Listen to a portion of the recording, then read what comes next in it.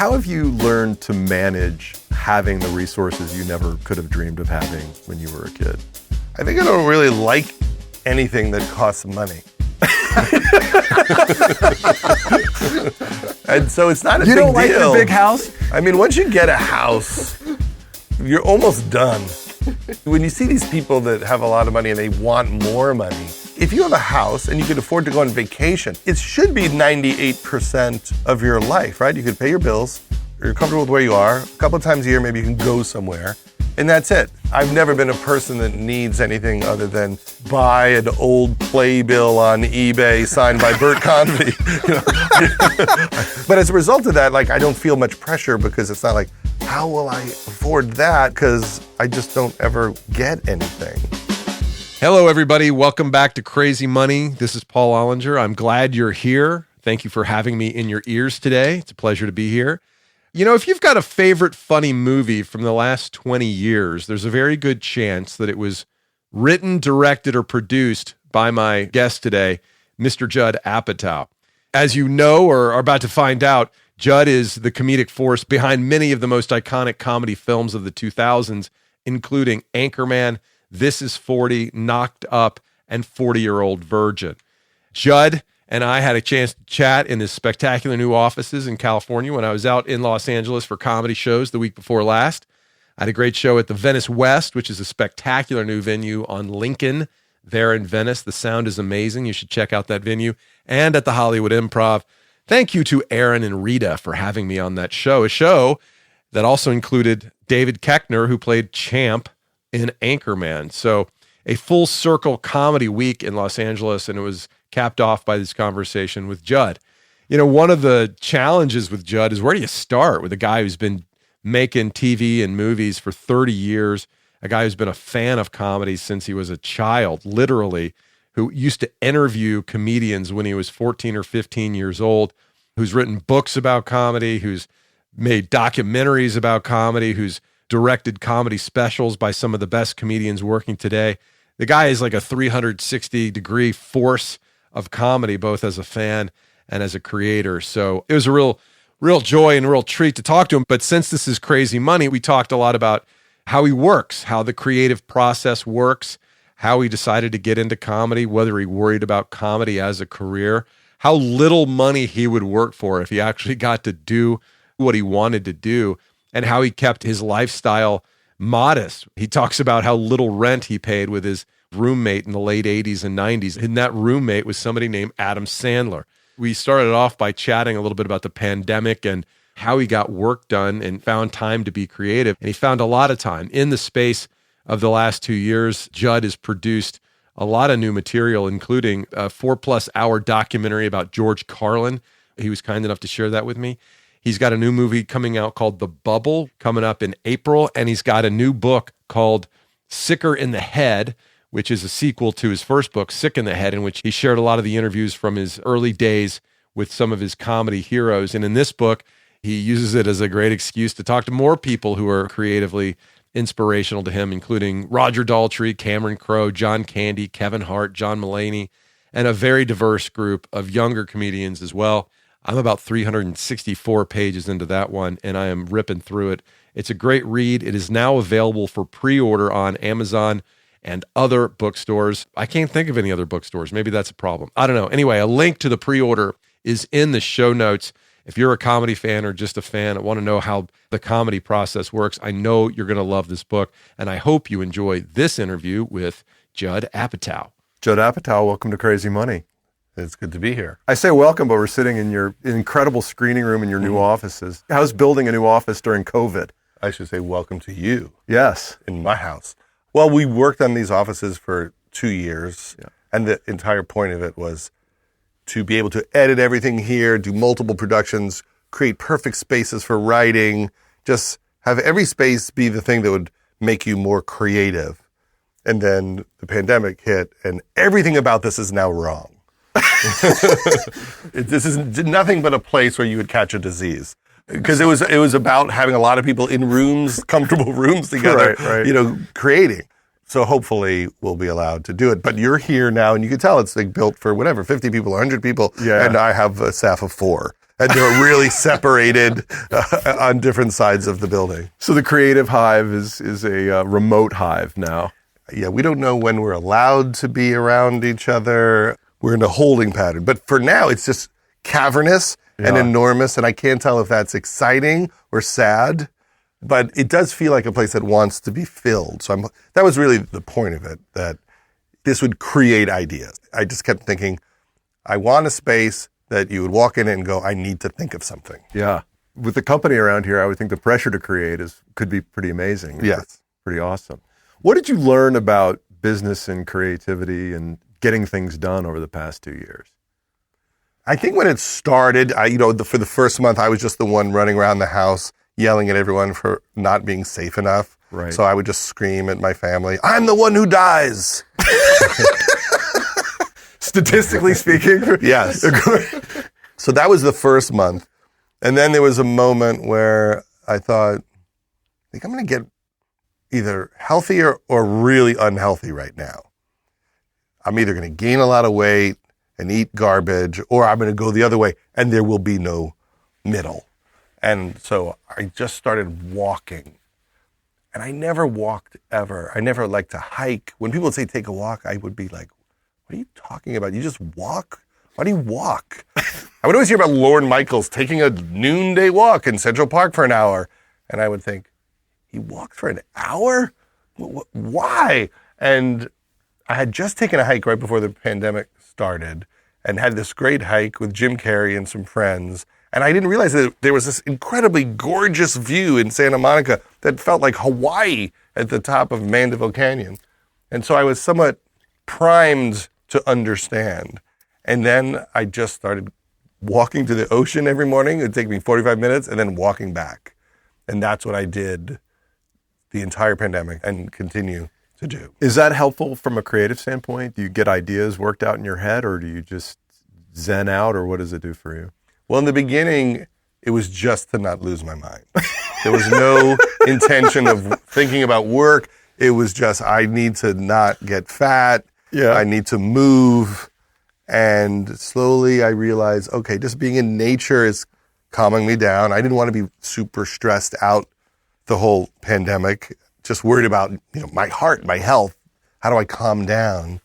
And then after 4 months of that, one day I was with my friend Brent Forrester, who's a great writer from The Office and The Simpsons, and he worked with us at the Ben Stiller Show and on Love.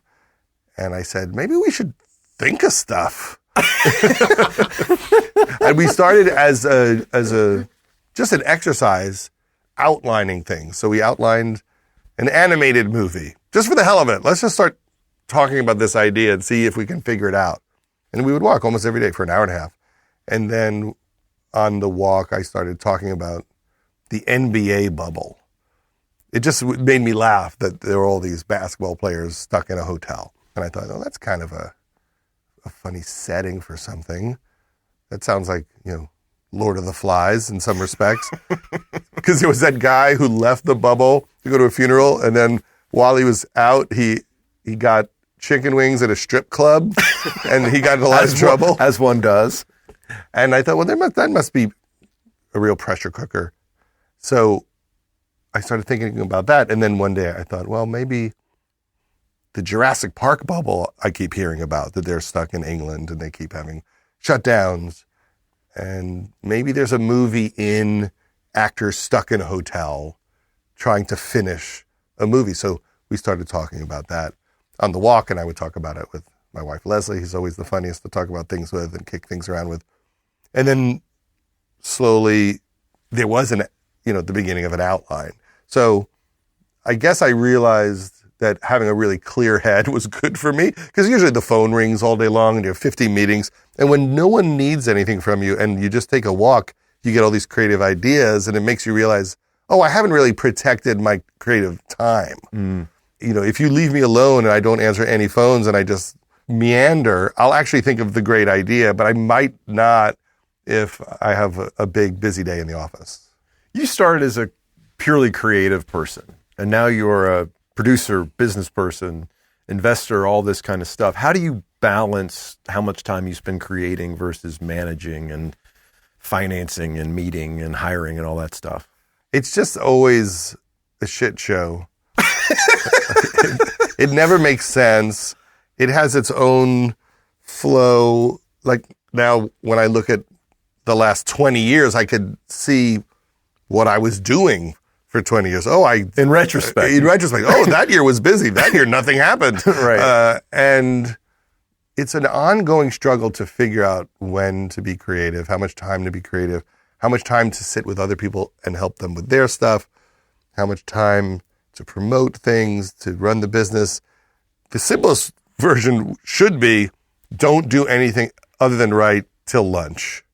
That's probably the smartest way to do it. But I'm one of those people that thinks of ideas all day long.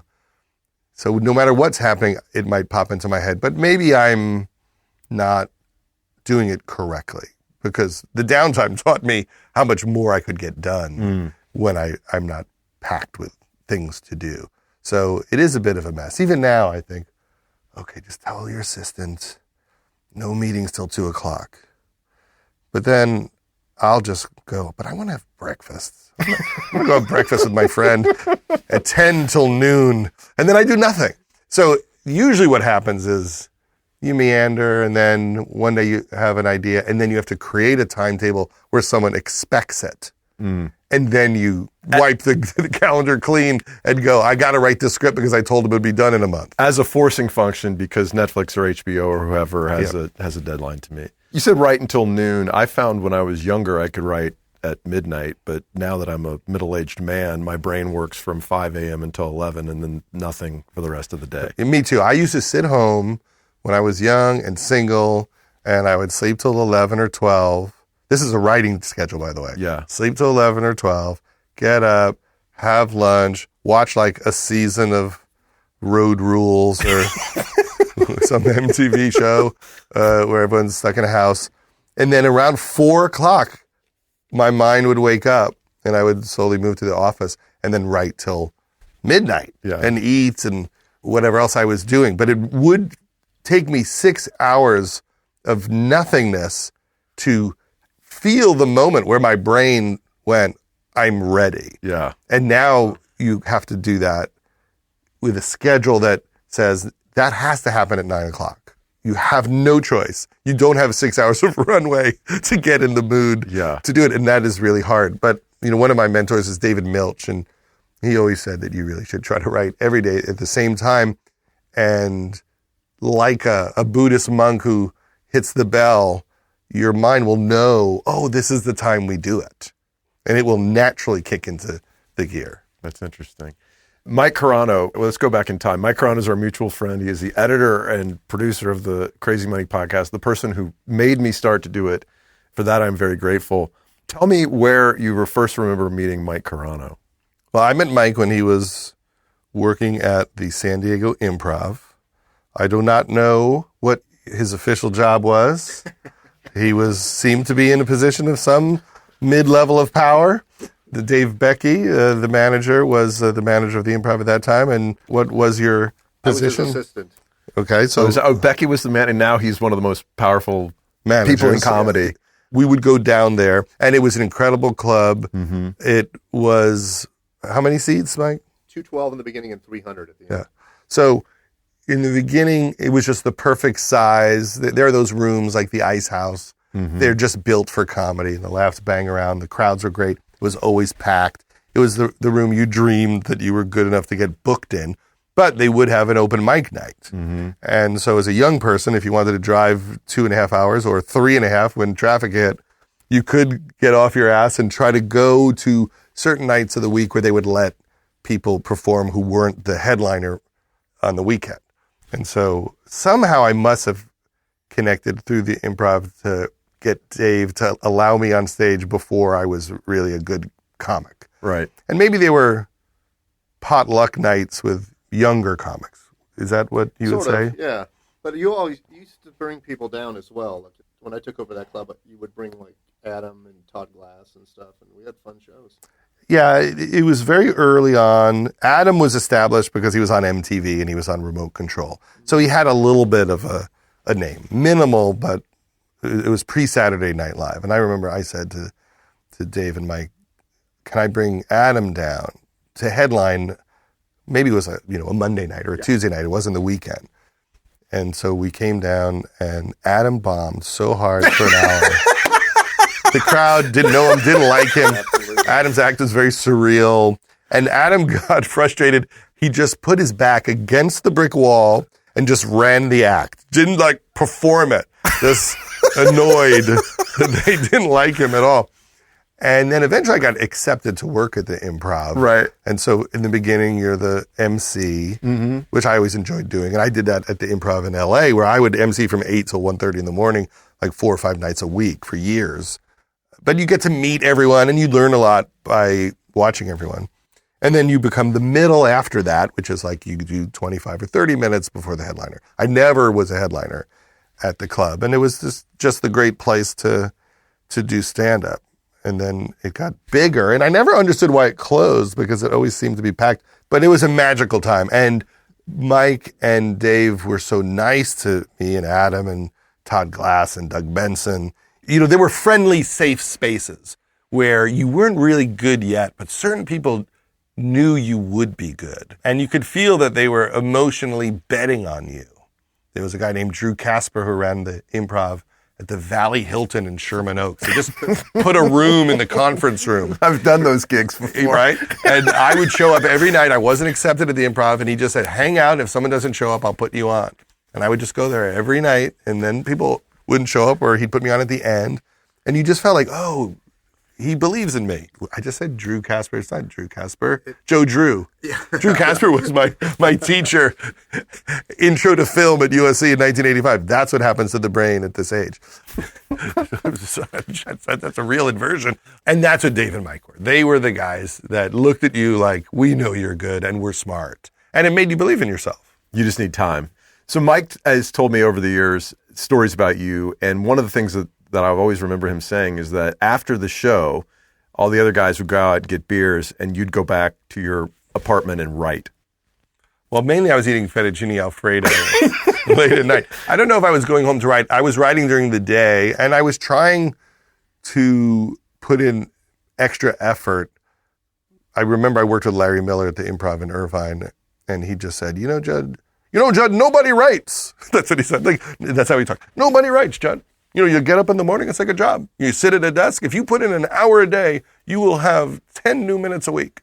And no one does it, Judd. Yeah. No one does it. And it hit me. He's like, it's a job. Why wouldn't you put some time into it other than on stage? And it really landed for me. I don't think I still did it much. I was writing sketches and trying to write screenplays. I never really sat and thoughtfully wrote stand-up back then. I don't think I was very good, and I didn't put the time into it. I just was drifting towards, how do you write a TV pilot? And I also didn't like to party, so I was never drinking or doing drugs or trying to meet women or anything. I was going home because I was really nervous about paying my rent. Right. My parents both had financial problems, and I really felt this heat on my ass, like, you better figure this out because you have no options. Did you have a vision for what success looked like in the entertainment business? Did you think you're like, comedy is a good way to get into writing scripts, or did it all just sort of, you did comedy, you heard about television pilots, you heard about movie scripts, you heard about 3-act structure, all that kind of stuff, and then you just moved toward it? Or was there a big picture vision that you had from an earlier age? I really was just so dumb as a young person. I had no vision whatsoever. Right. I just wanted to be Bill Maher. Right. I wanted to be Jerry Seinfeld. But you had exposure, deep exposure to comics at a very young age, right? Yeah, I would interview comics in high school, but I look back on it now and I do think, what were you thinking? What did you think was going to happen? Because I loved stand-up so much, and I was so afraid to admit to anyone that I wanted to do it. And I finally worked up the nerve at the end of my senior year of high school, and I was awful, but I think I thought I had potential. Mm-hmm. And then I went to USC and I started putting on shows at USC, but mainly as an excuse to get on stage and get some credibility. I couldn't get in at any club. I'd only performed like 3 times at that point. And I didn't think I'm going to be a star. I didn't think, I'm going to be Bill Murray or Eddie Murphy. I think on some level deep, I wish that would happen. oh man, Eddie Murphy became a big star in his mid-20s. I'm 17 now. I could become a big star by the time I'm 24. like there was like an irrational belief that something might happen.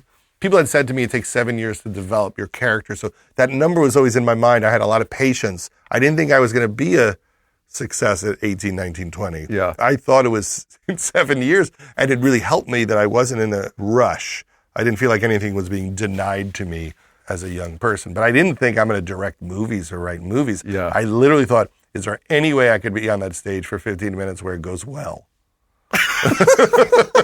And everything beyond that was just like, I guess you could write a script. But I wasn't, I didn't watch movies to learn how to make movies as a kid. So I didn't ever pay attention to cinematography or story structure. Then I went to USC Cinema School only because there was no stand-up major. That's the only reason why I took screenwriting. And then slowly I realized, my friends need writing help. I think I learned how to do some of that. And then we would write pilots or sketches. And then I realized, I think people like me more when I do this than when I do stand-up. So I just felt the gravitational pull. I did plays in high school, and I thought acting is the most fun I've ever had doing anything. But that's not a real job. I'm from a big Catholic family, conservative Depression-era dad.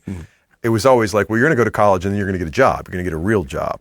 Was the entertainment business, did the uncertainty and lack of predictable career path intimidate you, or were you just like, I'll figure it out? It really is true that if it paid like $12,000 a year for the rest of my life, I would have done it. Right. There was no financial thought. I did have a thought as a kid, which was no one's doing this, so I think there are jobs here. Because some people would interpret that the other way around. Like in the 70s and the early 80s, like right before that comedy seemed to explode, I remember thinking, there's probably about 100, maybe 200 comics in the country of 300 million people. So they probably need more. That's hilarious. Right? And it made me feel like it's possible to do it. I didn't know at what level. But I can get in, and I was watching comedians. I was a busboy and a dishwasher at a comedy club, and I always watched and thought, I think I could do this. I'm as good as that guy. Yeah, they seem like me. Yeah. And I met people when I did interviews like Paul Reiser and Seinfeld, and they were humans, and they talked a little bit like me. Like, this isn't something that is so out of the realm of possibility, but it really wasn't for money or career. It really was. I loved it so much. I just didn't care. I wanted to eat. But I never thought, you can make a lot of money doing this. I'm not even talking about a lot of money. I'm talking about like, can you pay your rent? Can you, buy your groceries with a career in comedy? Because that is not the case for probably 99.5% of people who describe themselves as comedians. Well, when I lived with Adam, my rent was $425. Right. And Adam's was $475 because he had a bathroom in his room, and I had to use the guest bathroom. So I felt like the bar of like life was $1,500 a month to live. And so I would do stand-up at the Improv, and I would make, on a good week, $200. I worked for Comic Relief as a PA and just a helper. For that, I got, I think, $200 for years, and then it finally got raised to $400. Right there, I'm like, all right, so that's enough for me to live on. That's a few $1,000s a month. Sure. And then slowly I realized that comedians would buy jokes. And no other comedians wanted to sell anyone jokes because everyone wanted to be a star. But I quietly thought, maybe I'm not going to be a star. So I'll write jokes for Taylor Negron or George Wallace, and they'd give you $50 or $100.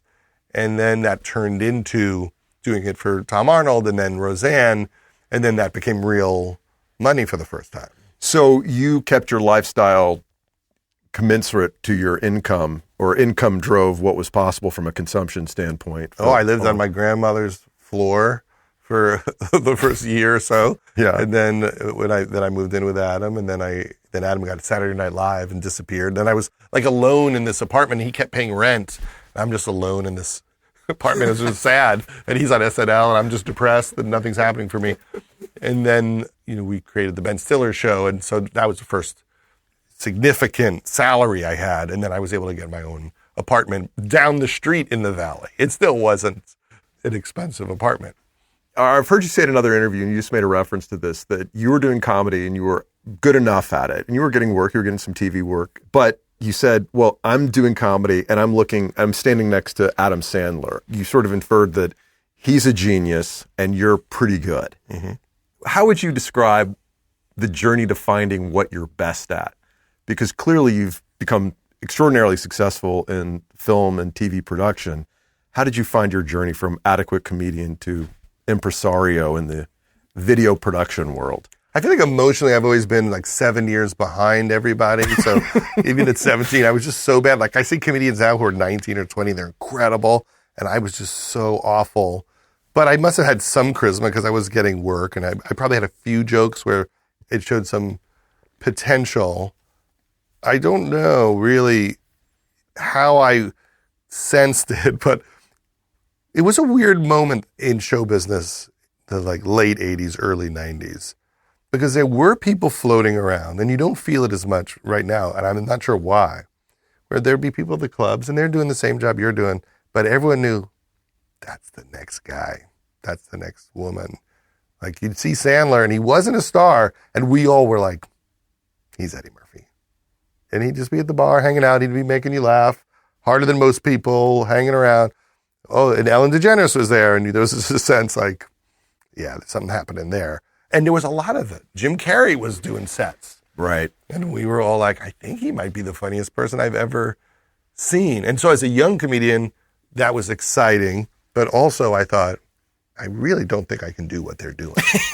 And I don't think I'm charismatic in that way. And I don't think I'm inventive in that way. I might be smart, and I can write for them. I could sit with Jim and write jokes for him and write really good ones, and Adam too, but I'm not that. And I've said it before, but it really is how I felt. It's like if you were starting a band and your roommate was Bono, and it would be a part of you that would be like, I'm not Bono. Oh, you said you're the Alarm, right? Or exactly, yeah. And I love the Alarm. They're good. Yeah. I'm Big Country. Yeah. Also great. Also great. And so I would write for them, and then I remember writing something for Jim. He did a tribute to Steven Spielberg. So they're doing an AFI tribute to Steven Spielberg, and Jim's going to go, and he doesn't know if they're going to ask him to speak or not. He didn't really understand how it worked, and he said, could you write something for me? So I wrote a whole speech where Jim listed every Spielberg movie that he wasn't cast in and complained and then did like a little piece of what he could have done. And then Jim liked it so much, he asked if he could speak on the special. And then he murdered in front of everyone in Hollywood because it was Spielberg, so everyone was there. And it was a big moment for Jim because at the time he was just Ace Ventura. Right. And I think him demolishing in front of every head of every studio, every big person in the business was very meaningful. But I took it like I had also killed in that moment. But I never thought, and I could have performed that. So I started getting more confidence writing for people who had the courage to do these things. If I were watching a film and I couldn't see the credits, how would I know that I'm watching a Judd Apatow film? I'm not sure. I know that people have said for most creative people and directors especially, they think they're doing things that are all very different from each other, but they're all kind of the same. And I haven't fought that very hard, because even when you think you did something really different, it still feels totally like you. And I know that in my movies, I'm trying to make people feel like they can be better. So they're usually people making terrible mistakes who learn some kind of lesson. They take a beating. You know, Shandling and John Cassavetes were big inspirations because they said that everything is an obstacle to love. That all stories are about love and the obstacles to connection. And that's what I think is in there. You know, immature people usually who need something to happen for them to make an adjustment to be more evolved and more loving to themselves, to other people. Money comes up in your films here and there. Mm-hmm. And funny people, it's the subtext of the film. Here's Adam Sandler. He's got more than he ever dreamed of. He goes from being the kind of startup comedian that you were talking about earlier to becoming wildly wealthy, wildly famous, and yet he's he's miserable as a human being. Did you want to send a message about money and fame as part of that film? I think at that time I was thinking about that a lot. I wrote that movie when my mom was sick. She later died of ovarian cancer. And it was just in my mind, what is the point of any of this? Why am I making things? What have I learned? Am I happy? I was just assessing my own behavior in just the turmoil of watching my mom struggle and be sick, for 4 or 5 years. And money certainly was a part of that. Workaholism, how much time do you put into your work versus friendships, connections, your family? And so the idea of somebody who, in my head, was like a Rodney Dangerfield type, a big movie star, but he's alone in the big house. He never figured out how to have a family, how to have children, or just solid relationships or solid friendships. He doesn't really have any friends. Mm-hmm. He's got bandmates that he has to pay to come play with them. He's got John Bryan, who has to come over, and the drummer for Bill Withers. But so that's what, I was exploring. And Adam had gone through some of that at the same time, so we would talk about that. And you have your friends that you started with where you can say to each other, are you happy? How you doing? And those were a lot of the ideas that, were on our minds at the time. And so the big house was a symbol of the big empty house with the housekeeper, and it's just you living in that house. And when you get sick, you have no one to call. Right. There's no one even to go to the appointments with you, which is something that Gary Shandling had said to me. He was alive then, but he told me once that he got really, really sick and had to have surgery. And he's like, and no one was there. Because only one person in his family he spoke to, his cousin Mike, who's a great guy, but lives in Arizona. And he had to go through it alone. And finally he called our friend Chris Henchy, who came to the hospital. But I remember it was the first time Gary really sounded like, I wish there was someone here to love me, to take care of me. And he also said, he's like, and I'm so sick and I have to make decisions about what to do with my health. And I'm all stoned on all this medication because I just had surgery and I need, somebody to support me here. And I think that's part of what Funny People was about. We always said it's about someone who really has a hard time learning from a near-death experience. Mm-hmm. So he gets sick, he realizes what's truly important, he gets better, instantly goes back to what a jerk he was, and then has to take a second beating. And it was inspired by some articles we read about executives and some executives in our business who talked about having had cancer and near-death experiences. And we would say, but they're not cool now. And so that was something that we thought was interesting, how ingrained your bad habits are and your bad ways of behaving are. And so at the end of the movie, all that Adam really does is he writes some jokes for Seth's character. Mm-hmm. Who's the up-and-coming comedian. Yeah. And it goes from open micer to advances pretty quickly in the movie, but you only had 90 minutes, right? Exactly. And it's about... Well, 2 hours and 15 minutes.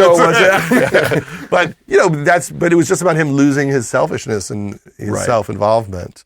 And so I didn't really think that much about money. I thought more of it about ego. Right. When you guys, as you started to become successful, you make a lot of money, start getting a lot of attention, how did you manage your egos? Was it tempting to believe all the nice things people tell you about yourself because you're becoming a person of import and notoriety? I mean, for me, a lot of the early work I did didn't succeed. So it was stuff that people liked, but none of it. Critically, they liked it. Yeah, and the people who saw it liked it. So Heavyweights was the first movie we did, and it didn't do well in the box office, but for some reason, people still like it now. People still talk about it as much now as then. And Cable Guy was considered something that didn't do well, but then held up over time. Mm-hmm. And because it was too dark. Yeah, because it was dark, and Jim wasn't acting like Ace Ventura, and it was about. Yeah. I mean, what's interesting is it was about the computer age gone insane, and it's not going to happen. Exactly. And he kind of predicts a lot of what happened. He talks about connecting your phone, your television, and your computer, and it's like someone losing their mind with their obsession with all of that. So I always thought, I think I'm pretty good at this, but I don't know if I'll ever reach a mass audience. I don't know if I'll ever be successful, but hopefully I'll just be allowed to make things. And maybe that'll be the bar. I just keep slipping things in without a hit. And then when I finally did have a hit when Anchorman came out and then The 40-Year-Old Virgin, I really had spent, a decade being humbled by the amount of people watching what I was doing. And, being canceled hurts. Having movies not do well at the box office is painful. So when it happened, I appreciated it. But comedy always keeps you humble because one thing working never means the next thing will work. You can't build on it because every project is an experiment. So who knows if Trainwreck's going to work or The Bubble. I have no idea. My movie's going to come out, in the spring. I have no idea how people are going to react to it. Right. It's a comedy about the pandemic and isolation. I don't know if people are going to go or not go. And so you can't get that cocky about it. You mentioned earlier that your parents had financial difficulties growing up, and you write about it in your book and talk about it in other places. And you've exceeded probably your wildest dreams financially. How have you learned to manage having the resources you never could have dreamed of having when you were a kid? I think I don't really like anything that costs money. And so it's not a big deal. You don't like your big house? You don't like... I mean, once you get a house, you're almost done. So when you see these people that have a lot of money and they want more money, I'm always like, what even costs money? Like, if you have a house and you could afford to go on vacation, it should be 98% of your life, right? You could pay your bills, you're comfortable with where you are. A couple of times a year, maybe you can go somewhere, and that's it. And then the next step, I guess, if you just need a mega yacht, that's a whole nother thing. But I've never been a person that needs anything other than buy an old playbill on eBay signed by Bert Convy.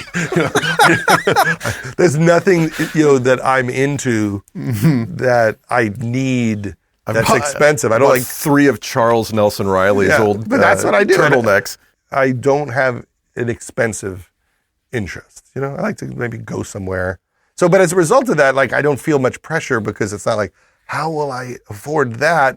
Because I just don't ever get anything, really, other than, maybe I'll get a massage when I'm on vacation or something. Right. But I'm not doing the big things that people do. So I don't like watches. I don't like cars. I don't really like anything that's expensive. Other than stupid memorabilia that's cheap. Right. I went on a charity auction, and then Steve Martin was selling a lot of his old stuff, and he had a puppet that he used to do a magic trick called the Great Flydini, where this puppet would come out of his zipper. Right. So I bought that hilarious. for charity.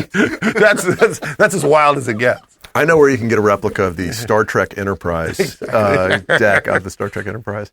I've heard you say on interviews before that it was a struggle for you to buy business class tickets for your children when you travel, but that you weren't going to put yourself through the inconvenience of teaching them a financial lesson. Oh, well, what I was saying was that I felt bad that maybe if I flew my kids first class, that it would be bad for them, that they should be in coach, but I wasn't going to fly coach to teach them values. They'd have to learn values somewhere else. What kind of values do you hope they have around money and class and things like that? I hope that they, appreciate their opportunities and their privilege, and they work hard to create their own worlds and, to have their own security. They're very sweet and very tuned into that. And I don't know if we did anything correct other than be really cheap their whole lives.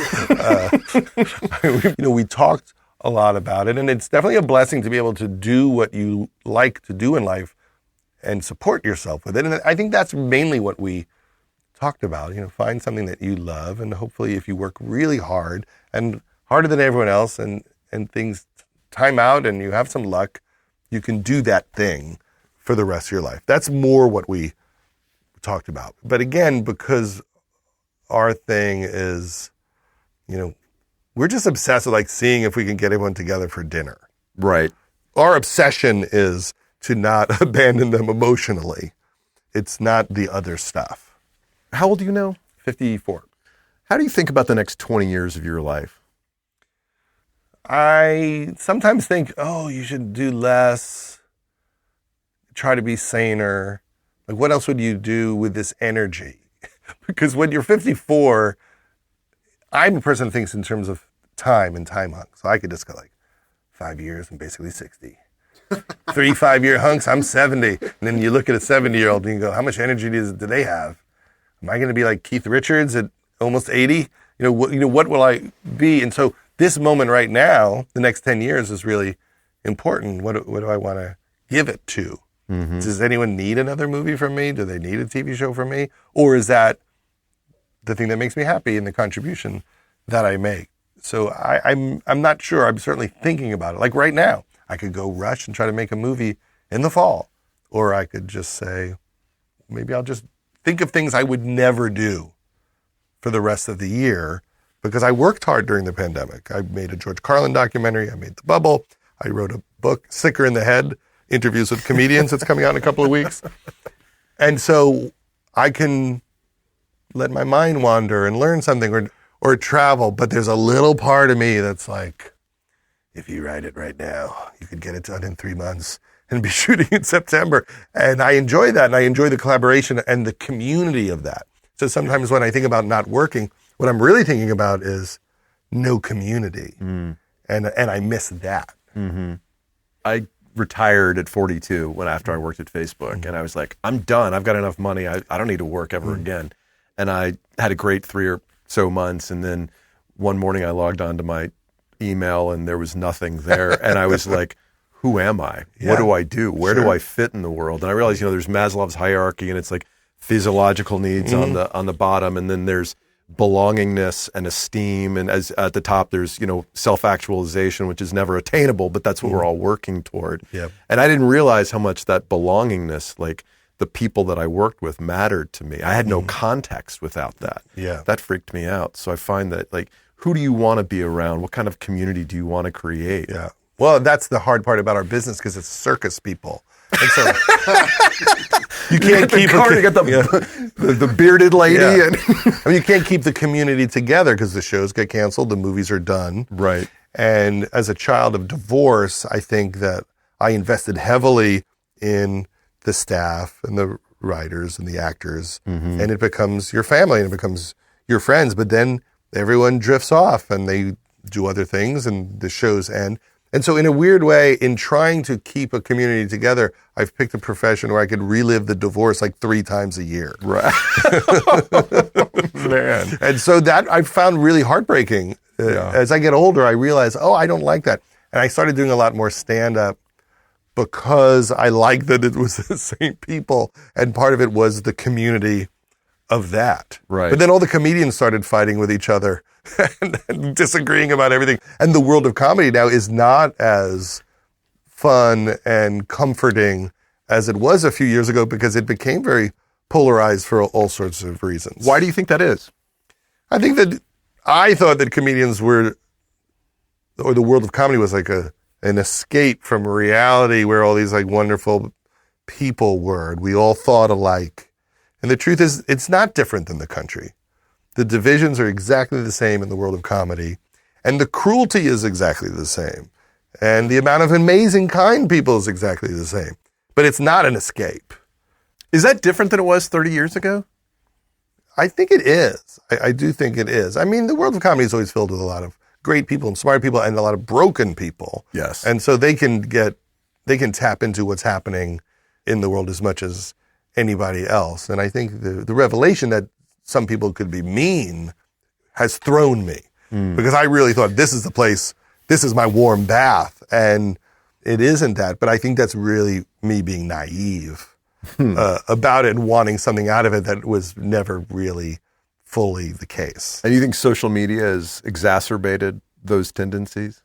Social media and the same things that are throwing everybody, which is whatever, a pandemic, and can you tell me what to do with my body, and what am I allowed to say, and what are people allowed to do in terms of how they treat women? Like, there's a lot of fissures there where people have different philosophies about it. And it's all very personal, and it brings people's damage to the surface, how they feel on those issues, which is fine. There's nothing wrong with that. I think it's not the Wizard of Oz. Right. It's not a beautiful land. It's just the same as everything else, which is fine. But for me, who needs the escape, that's a hard thing to accept, that there would be anyone in our world that we think might be hurtful to somebody. What do you want to be remembered for? We're not killing you off today, by the way. I'm just curious. You never know. You never would know what the timing's going to be. Any clip can be ironic, right? Like, as they play all the clips of Bob Saget and Louis Anderson, it's everything they say breaks your heart. Yeah. So these are Do you all think about usable that? clips. Oh, constantly. But I'm reading Buddhist material all day long. I can never get something to comfort me enough. My parents weren't religious. They left me with a hole, and I'm always trying to fill it. And Buddhism is as close as I get to it. And I just think my job is, in some ways, to make people happy. And I try to tune into that. Like, oh, there's a pandemic, and people walk up to me and they say, hey, I watched whatever last night. And you could tell you gave them a break. Yeah. And it's meaningful to them. And in its simplest form, oh, I guess that's why I'm here. I should pay attention to that. I should be grateful to that. Obviously, there's doing it for your ego and to support your family and for fun. But there's another part to it where you go, oh, this is something that I do for other people. And I try to be as tuned into that as I can, because that's, I think, the magic of the universe, which is why do any of us know how to do this? And so much good comes from it. We remember all the times people didn't laugh or the movies that bombed. But the truth is, right now, there's, millions of people over the course of the next month or two are going to watch some stupid thing I've worked on, and they're going to laugh, and they're going to feel a little bit better than when they were just watching 90 Day Fiancé. I talked to my wife on the way over here, and she's like, I just watched This Is 40, and she's like, it's so funny. At least in a sample size of one, you've done an excellent job. What did you watch over the pandemic that gave you peace or calmed you down? I'll start. Mine was the Peter Bogdanovich documentary on Tom Petty, Running Down a Dream. That's a great one. It's fantastic. I've gone deep on that, and there's an amazing book about Tom Petty that it was an authorized biography that is worth reading, because in the documentary about Tom Petty, he doesn't talk about his drug use. And there's this giant hole in it, which is he's lying about the fact that a lot of the journey was that he was having real serious problems. But it's an incredible documentary because it's 4 hours long. Every second of it makes you happy. It puts you in a mood. It creates its own space.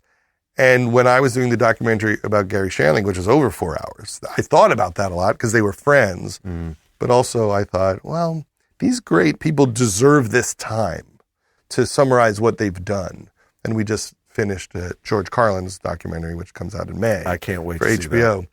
So those things I love. I mean, the Ken Burns Muhammad Ali documentary was incredible. The Ken Burns Hemingway documentary, if you've never read a word of it, you should watch it. It's just an incredible story. But Leslie and I, who normally don't watch a lot of half-hour comedy, for reasons which I'm not sure. The irony there is interesting.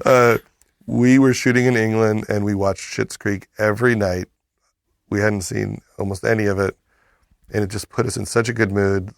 Leslie would always fall asleep before I did. It just she would go to sleep with that energy. And I think it infected our movie, just a spirit of the joy they have working with each other. You could tell they just love each other so much, the people in it.